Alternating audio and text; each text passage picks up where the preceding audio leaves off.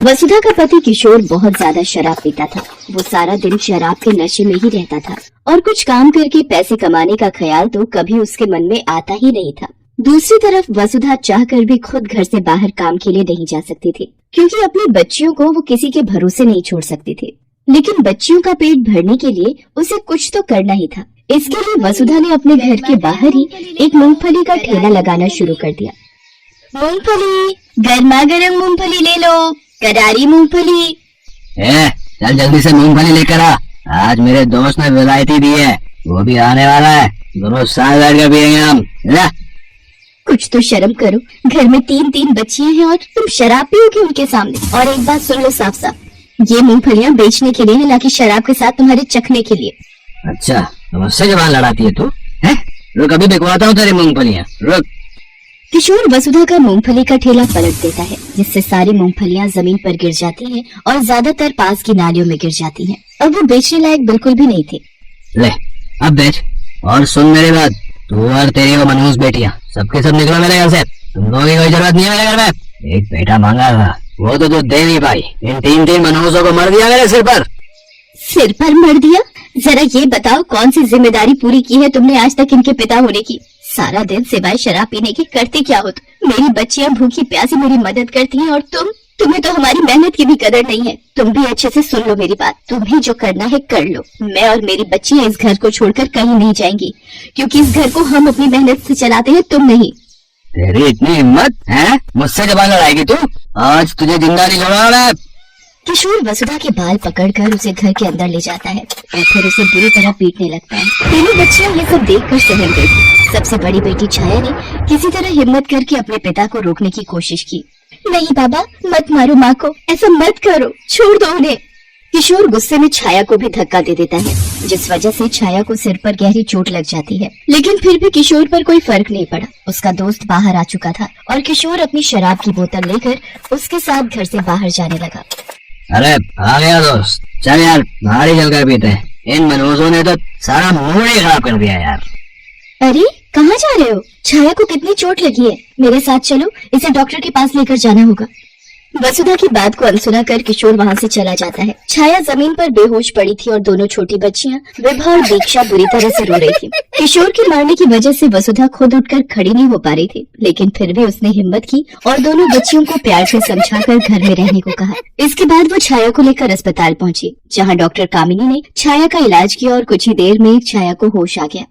अब ये ठीक है, ये दवाइयाँ लिख दी है मैंने, बाहर मेडिकल से खरीद लो। और हाँ, इसे 1 हफ्ते तक हर रोज पट्टी बदलवाने के लिए लाना होगा। वसुधा डॉक्टर से दवाई की पर्ची लेकर उसे देखने लगती है। पर्ची देखते हुए उसकी आंखों से आंसू बह रहे थे। ये देखकर डॉक्टर कामिनी ने वसुधा से पूछा, क्या हुआ, तुम रो क्यों रही हो, कोई परेशानी है क्या?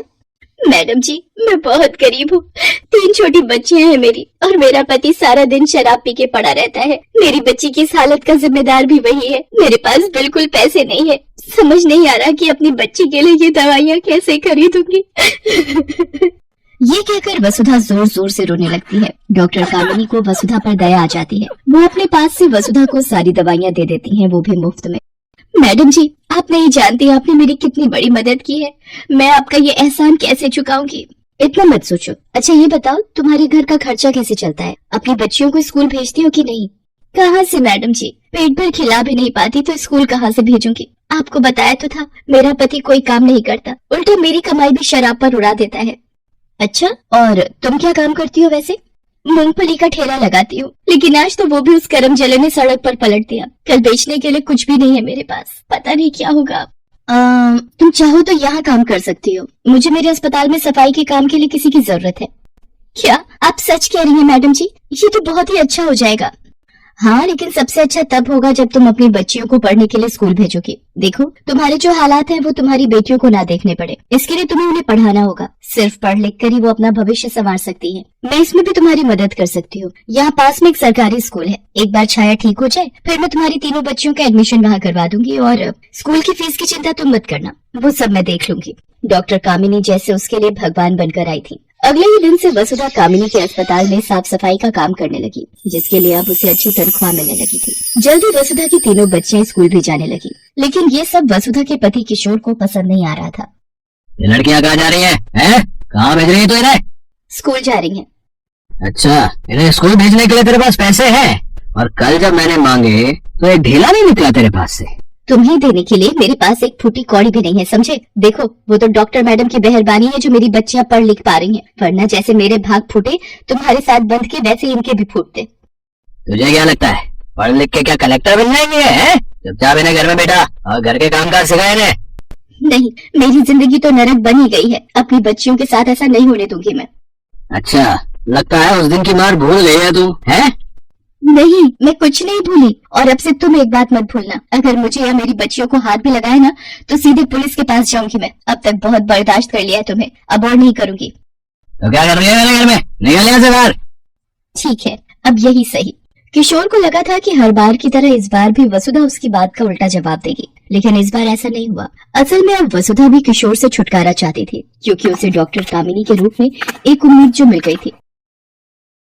मैडम जी, मैंने छोड़ दिया उसे, हर बार धमकी देता था कि घर से निकाल देगा, आज खुद ही छोड़ दिया, उसका घर भी और उसे भी। अब वो जाने और उसका काम जाने, मेरा और मेरी बच्चियों का उस आदमी से कोई रिश्ता नहीं है।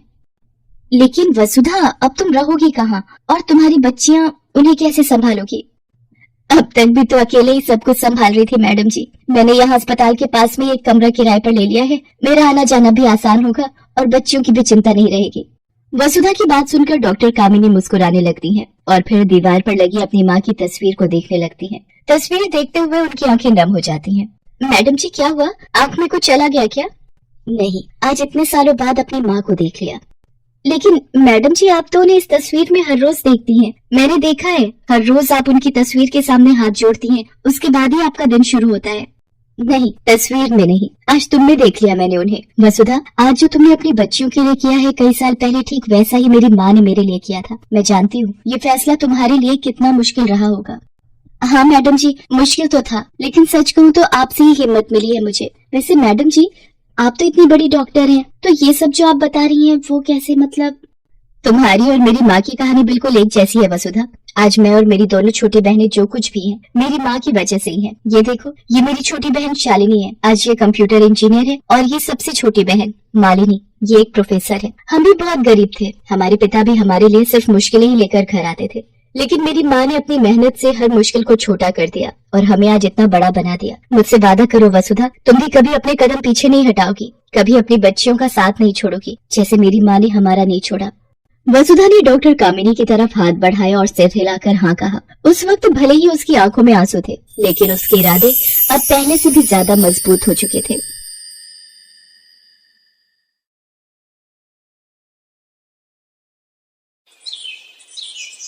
सरला के पति ने गांव में सरला और गोद की बच्ची को बेसहारा छोड़कर दूसरी शादी कर ली और गांव छोड़कर चला गया। सरला का गांव में भी कोई नहीं था, पर शहर में उसकी मौसी रहती थी, इसलिए सरला उनके पास शहर आ गई। ये ले, बोतल में दूध भर दिया है। अब तू तो जानती है सरला, महंगाई इतनी बढ़ गई है, हर चीज के भाव बढ़ गए हैं, अब दूध ही ले लो, 60 रुपए किलो हो गया है। मुझे गलत मत समझना, मैं इस बोतल के दूध के लिए नहीं बोल रही हूँ, पर वैसे भी पति छोड़कर दूसरी के साथ भाग जाए तो औरत की जिंदगी नरक बन जाती है। मौसी, मुझे मौसा जी से कहकर कोई काम दिलवा दो और रहने की थोड़ी जगह दे दो तो मेरा गुजारा हो जाएगा। देख सरला, मेरे भी अपने बेटा बहू परिवार है, मैं तुझे यहाँ रहने की हामी नहीं भर सकती, बाकी थोड़ी बहुत रोटी सब्जी दूध बांध देती हूँ, तू कहीं जाए तो रास्ते में तेरे काम आएगा। रुक, मैं रसोई से लेकर आती हूँ। सरला जब मौसी का व्यवहार देखती है तो चुपचाप वहाँ से उठकर चली जाती है। अरे ये कहाँ गई? चलो अच्छा है, भला टरी, खुद ही चली गई। अब मैं कहाँ जाऊँ, क्या करूँ? या तो वापस गांव चली जाती हूँ, पर टिकट के पैसे भी तो नहीं है, मुझे कोई काम ढूंढना होगा। भैया, कोई काम मिलेगा, कुछ भी? अरे नहीं है कोई काम वाम, चल जा यहाँ से। यहाँ तो कोई भी काम नहीं दे रहा। हे प्रभु, मुझ गरीब की सहायता करो। हाँ लाखन, जल्दी जल्दी आलू छील, 300 समोसों का ऑर्डर पूरा करना है। बिशन भी बीमार है और छुट्टी पर है, तुझे मेरे साथ लगना होगा ताकि जल्दी जल्दी काम पूरा हो जाए। भैया जी, कोई काम मिलेगा? मुझे काम की बहुत जरूरत है, कुछ भी काम मिल जाए आपकी दुकान पर। कोई काम नहीं है, जाओ यहाँ से। अच्छा रुको रुको, समोसे बनाने आते हैं? हाँ भैया जी, हमारे गांव में सब लोग तीज त्योहार पर घर पर ही सारे पकवान बनाते हैं। तो ठीक है, पहले आलू छीलने में लाखन की मदद करो, फिर ये मसाला बना कर देगा, तुम समोसा भरती जाना, ठीक है? बाकी काम मैं समझा दूंगा। बच्ची को वहाँ सामने बोरी बिछा कर लिटा दो। सरला हलवाई की दुकान पर समोसे बनाने के काम में लग गई और जैसे जैसे वो हलवाई उसे समझाता, सरला बिल्कुल समझदारी से वो काम करती। शाम के वक्त वीरेंद्र भैया, सारे समोसे बनकर तैयार हो गए हैं और गिनकर पैक भी कर दिए हैं। भाई वाह, अभी तो 5 बजने में आधा घंटा बाकी है और समोसे बनकर तैयार भी हो गए। बहन, तुमने बहुत अच्छा और सफाई से काम किया है। ये लो अपनी मेहनत के 100 रुपए रखो। भैया जी, आज तो आपने काम दे दिया, पर शहर में मुझे कोई नहीं जानता। अगर मेरे लायक कोई और काम भी हो तो बता देना, आपकी बड़ी मेहरबानी होगी। ठीक है बहन, तुम 1-2 दिन में आकर पता कर लेना। हो सका तो मैं तुम्हारी मदद जरूर करूंगा। वीरेंद्र भैया, सामने रेलवे स्टेशन पर कई समोसे बेचने वाले हमसे समोसा लेकर बेचते हैं, क्यों न इसे भी वही काम दे दिया जाए? इसका भी भला हो जाएगा और आपका भी मुनाफा होगा। हाँ लाखन, ये बहन मेहनती तो दिखाई पड़ती है, साथ ही शरीफ और ईमानदार भी लगती है। उसे वापस बुलाकर ला जरा। भैया जी, आपने बुलाया? हाँ बहन, मैं सोच रहा था कि तुम्हें काम की जरूरत है, तुम्हारे साथ छोटी बच्ची भी है, कहाँ कहाँ इसे लेकर भटकोगी। सामने रेलवे स्टेशन पर समोसे बेचने का काम अगर तुम करना चाहो तो तुम मेरे से समोसे लेकर रेलवे स्टेशन पर बेच सकती हो। हाँ भैया जी, मैं ये काम कर सकती हूँ। मुझे अपनी बच्ची को पालने के लिए मेहनत करनी ही होगी। तो ठीक है, तुम आज से ही इस काम पर लग जाओ और समोसे बेचने शुरू कर दो। सरला रेलवे प्लेटफॉर्म पर समोसे बेचने लगी। एक हाथ में वो अपनी गुड़िया को उठाई, सुबह से शाम तक समोसे बेचती थी और शाम को वीरेंद्र को पूरी ईमानदारी से हिसाब देती थी। भैया जी, ये आज का हिसाब एक बार गिन लेते। सरला बहन, मुझे तुम्हारी ईमानदारी पर पूरा भरोसा है। तुम पिछले 3 महीने से रेलवे स्टेशन पर सुबह से शाम तक मेहनत करके समोसे बेचती हो और टाइम पर शाम के वक्त मेरा पूरा हिसाब करती हो। भैया जी, वो जो कमरा आपने बताया था, मैंने 100 रुपए किराए पर ले लिया है। ठीक किया। फुटपाथ पर छोटे बच्चे के साथ इधर उधर भटकने से अच्छा है एक ठिकाना तो मिला तुम्हें। सरला इसी तरह एक दिन रेलवे प्लेटफॉर्म पर समोसे बेच रही थी। समोसे ले लो, समोसे, गरम गरम समोसे ले लो। ओ बेटा, हाथ अंदर करके बैठो, गाड़ी चल पड़ी है। वो चोरनी मेरे बच्चे को उठाकर भाग रही थी। बच्चा चोर, मैं बाथरूम क्या गई, ये औरत मेरे बच्चे को अकेला देखकर चुराने लगी। नहीं बहन, वो तो गाड़ी चलने लगी थी तो बच्चे को मैं हाथ अंदर करने के लिए बोल रही थी। क्या सुधा, ये शोर कैसा? मैं नीचे से पानी की बोतल लेने गया था। अजी, ये चोरी हमारे बच्चे को फैलाकर अपने साथ ले जा रही थी। अरे छोड़ो ना सुधा, ट्रेन चलने वाली है, चलो गुस्सा मत करो, जाने दो, बैठ जाओ। चोरनी चाहिए। अपने पति को किसी और औरत के साथ देखकर सरला की आंखें खुल गई, पर वो ट्रेन का खुद कर गाड़ी से नीचे उतर गई। गाड़ी ने रफ्तार पकड़ी और सरला मीलों दूर तक गाड़ी को जाती देखती रही और वापस दुकान पर आ गई। लाखन, ये कौन है जो वीरेंद्र भैया को हिसाब के पैसे दे रही है? अरे ये सरला है। तू जब छुट्टी पर था तो तेरे पीछे वीरेंद्र भैया ने इसे काम दिया है। बेचारी गरीब सारा दिन प्लेटफॉर्म पर समोसे बेचती है। अच्छा, तो ये बात है, चलो बढ़िया है। बिशन, वो तुझे मैंने शादी वाले घर का पता लिखवाया था, ये मिठाई के डिब्बे वहां भिजवाने हैं। अच्छा सरला बहन, जिनके आज यहाँ शादी का कीर्तन है वो लोग मुझे अच्छे से जानते हैं। उन्हें शादी के छोटे मोटे काम के लिए एक औरत चाहिए। तुम चाहो तो चली जाओ, तुम्हारे पैसे बन जाएंगे। बिशन जा रहा है, वो तुम्हें वहीं छोड़ देगा। ठीक है भैया जी, मैं चली जाती हूँ। सरला बिशन के साथ शादी वाले घर में चली जाती है। जी, ये वीरेंद्र भैया ने मिठाई के डिब्बे भिजवाए हैं और ये सरला है। आपको घर के कामों के लिए एक औरत की जरूरत थी तो वीरेंद्र भैया ने इसे भेजा है। अच्छा, मिठाई के डिब्बे ही अंदर रख दो और सरला तुम रसोई में चली जाओ, वहाँ नाश्ते की प्लेटें रखी हैं, मेहमानों के आगे लगानी है। बिशन मिठाई के डिब्बे मेज पर रखते हुए वहाँ पर एक घड़ी देख लेता है और चोरी की नीयत बना लेता है। ये घड़ी तो बहुत सुंदर है, किसी को क्या पता चलेगा, चुपचाप जेब में डाल लेता हूँ। अच्छा मालकिन जी, मैंने मिठाई के डिब्बे अंदर रख दिए हैं, सरला अपने आप घर चली जाएगी, मैं चलता हूँ। थोड़ी देर बाद, मम्मी मेरी महंगी वाली ब्रांडेड वॉच नहीं मिल रही, मैंने यही मेज पर रखी थी कि तैयार होकर पहनूंगा। तुम्हारी घड़ी ऐसे कहाँ जा सकती है, हम सब तो घर के ही हैं, अभी मेहमान भी नहीं आए हैं। देखो इधर उधर ही कहीं रखी होगी, मिल जाएगी। मम्मी मैंने पूरे घर में देख लिया, कहीं भी नहीं है घड़ी। ये औरत आज ही काम पर आई है, कहीं इसी ने तो नहीं चुरा ली? इधर आ, सच सच बोल, घड़ी तूने चुराई है ना? नहीं, मैंने कोई घड़ी नहीं चुराई, मैं चोर नहीं हूँ। मेरी गुड़िया के सिर पर हाथ रखकर मैं कसम खाती हूँ, मैंने चोरी नहीं की। अरे तुम लोग झूठ बोलने के लिए अपने बच्चों की भी झूठी कसम खा लेते हो। बेटा, पुलिस को बुला, तभी ये सच बोलेगी। सरला रोने लगती है तभी। रुक जाइए, असली मुजरिम सरला बहन नहीं, ये बिशन है। इसी ने आपके घर से घड़ी चुराई है, इसलिए मैं इसे खुद पकड़ कर लाया हूँ। आपके घर मिठाई के डिब्बे रखकर जब ये दुकान पहुंचा। बिशन, तेरे हाथ में इतनी महंगी घड़ी कैसे आई?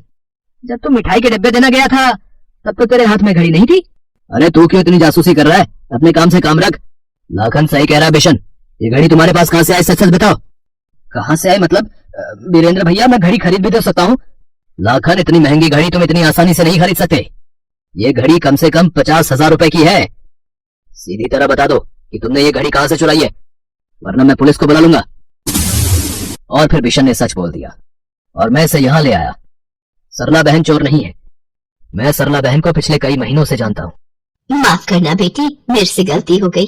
मैंने बिना सोचे समझे तुम्हारे ऊपर चोरी का इल्जाम लगा दिया। कोई बात नहीं मालकिन, आपकी घड़ी मिल गई, मुझे ये सुकून है। वीरेंद्र भैया, आज आपने मेरे ऊपर चोरी का इल्जाम लगने से मुझे बचा लिया। अगर आप न होते तो। वीरेंद्र जी, अगर ये वाकई में मेहनती है तो क्यों ना ये हमारे घर पर ही काम पर लग जाए। मैं इसे अच्छी पगार दूंगी। ये तो सरला बहन के लिए बहुत ही खुशी की बात है।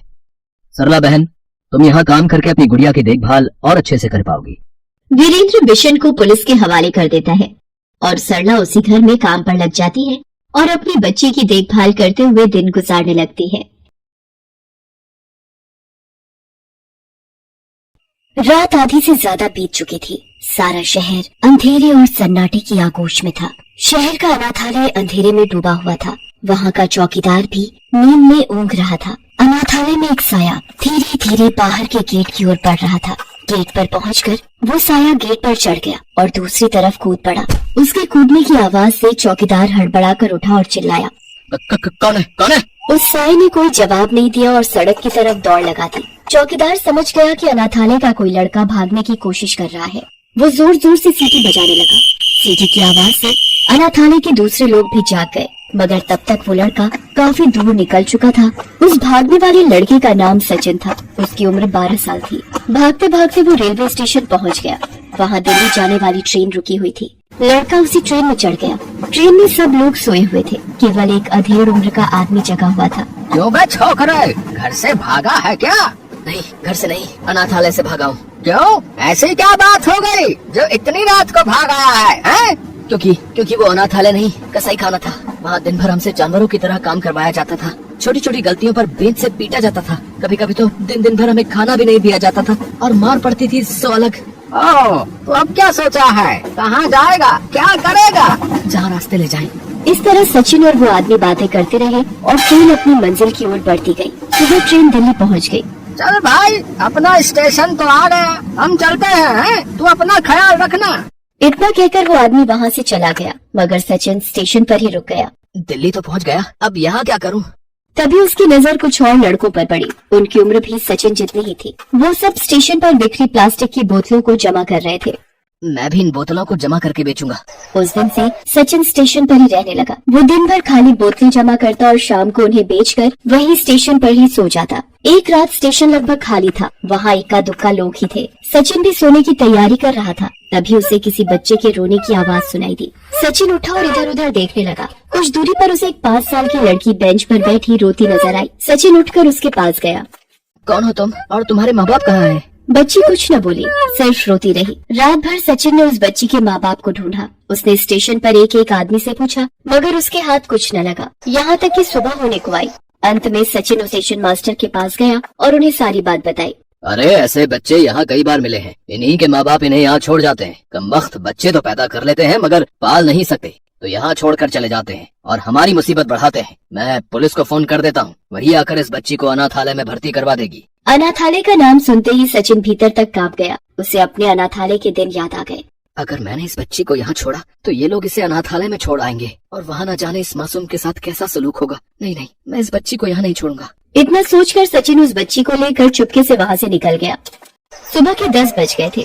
सचिन चला जा रहा था, तभी बच्ची ने कहा, भूख लगी है। सचिन ने अपनी जेब टटोली। कुल 20 ही रुपए थे। बच्ची को लिए वो एक कुलचे वाले के पास गया और उस बच्ची को 1 प्लेट कुलचा दिलवाया। बच्ची कुलचा खाते हुए सचिन से बोली, भैया तुम भी खाओ, तुमको भी भूख लगी होगी ना, लो मैं तुमको खिलाती हूँ। इतना कहकर बच्ची सचिन को खिलाने लगी। सचिन की आंखों में आंसू आ गए। इतने प्यार और अपनेपन से आज पहली बार किसी ने उसे बुलाया था। बच्ची के मुंह से अपने लिए भैया शब्द सुनकर उसके दिल को बहुत सुकून मिला था। अब चाहे जो हो जाए, आज से ये मेरी बहन है। इसकी खुशी के लिए मैं हर काम करूंगा। खुद को मेहनत की भट्टी में झोंक दूंगा, मगर अपनी बहन को कोई दुख नहीं आने दूंगा। खाने के बाद सचिन अपने और अपनी बहन के सर छुपाने की जगह ढूंढने लगा। जल्दी ही उसे एक झुग्गी मिल गई। मकान मालिक दयालु था। उसने अगले महीने पैसे लेने की बात मान ली। सचिन अपनी बहन के साथ वहाँ रहने लगा। रहने का इंतजाम तो हो गया, अब मुझे कोई काम ढूंढना होगा ताकि मैं अपनी बहन का दाखिला किसी अच्छे से स्कूल में करा पाऊँ। अपनी बहन को मैं खूब पढ़ाऊंगा। इतना सोचकर काम की तलाश में निकल पड़ा। महज 12 साल का होने के कारण उसे कोई काम नहीं दे रहा था। दिन भर भटकने के बाद वो एक छोटे से होटल में गया। उस होटल का मालिक एक बूढ़ा आदमी था। उसका नाम टेकचंद था। टेकचंद के भी आगे पीछे कोई नहीं था। सचिन टेकचंद के पास गया और उससे काम मांगा। अरे तू इतनी सी उम्र में काम क्यों करना चाहता है? मैं अपनी बहन को पढ़ाना चाहता हूँ। क्यों, तो खुद नहीं पढ़ना चाहता? चाहता तो हूँ, मगर पढ़ाई लिखाई इस भेजे में घुसती नहीं है। कोई काम दे दो ना सेठ। सेठ को सचिन ईमानदार लगा। उसने उसे काम पर रख लिया। अब सचिन दिन भर काम करता और उसकी बहन सेठ के साथ खेलती थी। इस तरह महीना भर गुजर गया। जिस दिन सचिन को पहली पगार मिली वो बहुत खुश हुआ। सेठ जी, मुझे कल की छुट्टी चाहिए। मुझे अपनी बहन का एडमिशन करवाने जाना है। उसे छुट्टी मिल गई। अगले दिन सचिन अपनी बहन के साथ होटल आया। अरे इसे तो स्कूल में होना चाहिए, इसे यहाँ क्यों लाया है? इसका दाखिला नहीं हुआ सेठ जी। क्यों? हमारे माँ बाप नहीं है ना, बिना माँ या पिता के साइन के इसका दाखिला नहीं हुआ। अरे एक साइन नहीं हुआ तो क्या इसकी पढ़ाई रुक जाएगी? चल मैं चलता हूँ स्कूल, मैं बनूंगा तुम्हारा गार्जियन। देखते हैं दाखिला कैसे नहीं मिलता। फिर से टेकचंद ने उनका गार्जियन बनकर सचिन की बहन का दाखिला करवाया। फॉर्म में सचिन ने अपनी बहन का नाम स्वाति लिखवाया। ये नाम सचिन ने ही उसे दिया था। वक्त का पहिया घूमता रहा। सचिन और स्वाति धीरे धीरे बड़े होने लगे। स्वाति पढ़ाई में काफी होशियार थी। एक एक कर सफलता की सीढ़ी चढ़ते हुए उसने 12वीं में पूरे जिले में टॉप किया। फिर अपनी काबिलियत के दम पर स्वाति का दाखिला शहर के मेडिकल कॉलेज में हो गया। सचिन की तो खुशी का ठिकाना ही नहीं रहा। सचिन सबसे कहता था, मैं तो कुछ ना बन पाया, मगर अब मेरी ये बहन डॉक्टर जरूर बनेगी। उधर टेकचंद की तबीयत खराब रहने लगी थी। वो अब होटल कम ही आता था। उसने अब सचिन को होटल का मैनेजर बना दिया था। उसे सचिन पर अपने बेटे की तरह भरोसा था। एक दिन, सचिन बेटा, मेरे आगे पीछे कोई नहीं है। मुझे हमेशा ये डर लगा रहता था कि मेरे मरने के बाद इस शरीर को कौन देगा। भगवान ने तुझे भेजकर वो कमी पूरी कर दी है बेटा। मेरा बेटा है तू। आज से मैं ये होटल और घर तेरे नाम करता हूँ। आज से इनका मालिक तू है बेटा। बस एक वादा करना, मैं जिधर भी मरूं मेरी चिता को तू ही आग लगाना। सचिन की आंख भर आई और गला भर आ गया। वो कुछ बोल नहीं सका। तकदीर भी कितनी अजीब होती है। जब नहीं था तो कोई नहीं था, अब मिले तो बहन और पिता दोनों मिल गए। इस घटना के कुछ दिनों के बाद टेकचंद का देहांत हो गया। टेकचंद का अंतिम संस्कार करने के बाद सचिन ने होटल का धंधा संभाला। उसने देखा कि छोटा होटल होने के कारण यहाँ ज्यादा लोग नहीं आते, इसलिए उसने बैंक से लोन लेकर पहले होटल को सजाया संवारा। उसने होटल की काया ही पलट दी। अब वो कोई छोटा मोटा होटल नहीं रहा, बल्कि शहर का जाना माना रेस्टोरेंट बन गया। इसके बाद तो सचिन सफलता की सीढ़ियां चढ़ता गया और फिर कुछ ही सालों में उसने टेकचंद होटल एंड रेस्टोरेंट्स के नाम से शहर और आसपास कई सारे होटल्स की चेन खड़ी कर शहर का जाना माना रईस बन गया। किसने सोचा था कि अनाथालय से भागने वाला वो 2 हाथ का छोकरा सारे शहर पर राज करेगा। उधर स्वाति की मेडिकल की पढ़ाई भी पूरी हो गई और उसने अपने पूरे बैच में टॉप किया था। उस दिन स्वाति को इनाम मिलना था। सारा हॉल लोगों से भरा हुआ था। कॉलेज के डीन ने स्वाति को सम्मानित किया। आज मुझे मिले इस इनाम के हकदार सिर्फ मैं नहीं, बल्कि मेरे भैया सचिन भी हैं। अगर उस दिन भैया मुझे स्टेशन से नहीं उठाते तो ना जाने आज मैं कहाँ होती। फिर स्वाति लोगों को अपनी सारी कहानी सुनाती है और अंत में कहती है, अगर भैया चाहते तो मुझे वही अनाथालय जाने के लिए छोड़ सकते थे, मगर नहीं, उन्होंने मेरा हाथ थामे रखा। सारी जिंदगी तकलीफों का सामना करते रहे, मगर मुझे किसी चीज की कमी महसूस नहीं होने दी। भगवान हर जगह नहीं जा सकते, इसलिए उन्होंने मेरे सचिन भैया जैसे फरिश्तों को बनाया जो उनकी कमी को पूरा कर सके। बस इसके आगे मुझे और कुछ नहीं कहना है। सारा हॉल तालियों की गड़गड़ाहट से गूंज उठा। लोगों की भीड़ में बैठे सचिन का सर गर्व से और